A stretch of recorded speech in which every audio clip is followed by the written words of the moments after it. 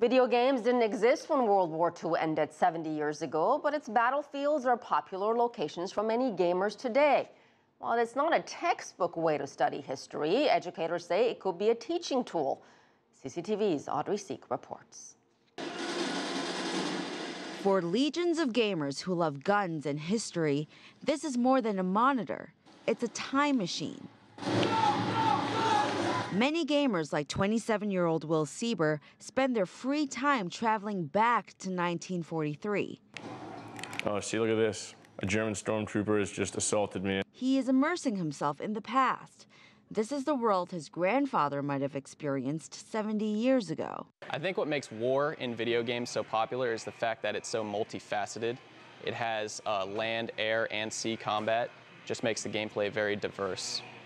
And I think World War II is probably the most popular war of all time in video games. Some of these games strive for authenticity, while others stretch the imagination.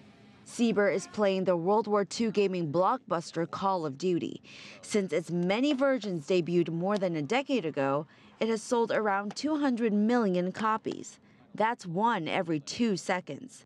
While spending hours playing these video games may not make you an expert on the Battle of Normandy or the Battle of Shanghai, educators say that people who do play these video games actually get a head start in the classroom. When I teach beginning of Japanese history, I bring up a lot of names out of Japan's past, and the way my students relate to it is from video games. A lot of those plot scenarios show up in video games, and so this is what my students bring to the class. They haven't read any books, but they know the players.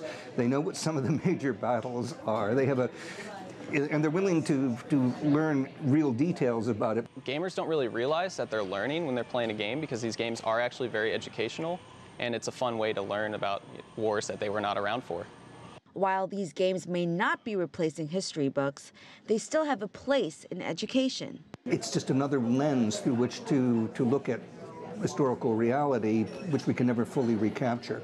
So I can certainly see people using these historical recreations, even if they are a little bit inaccurate, to invoke the spirit of the time in a way that simply the printed word can't. It may not look like learning, but for some history teachers, these games are right on target.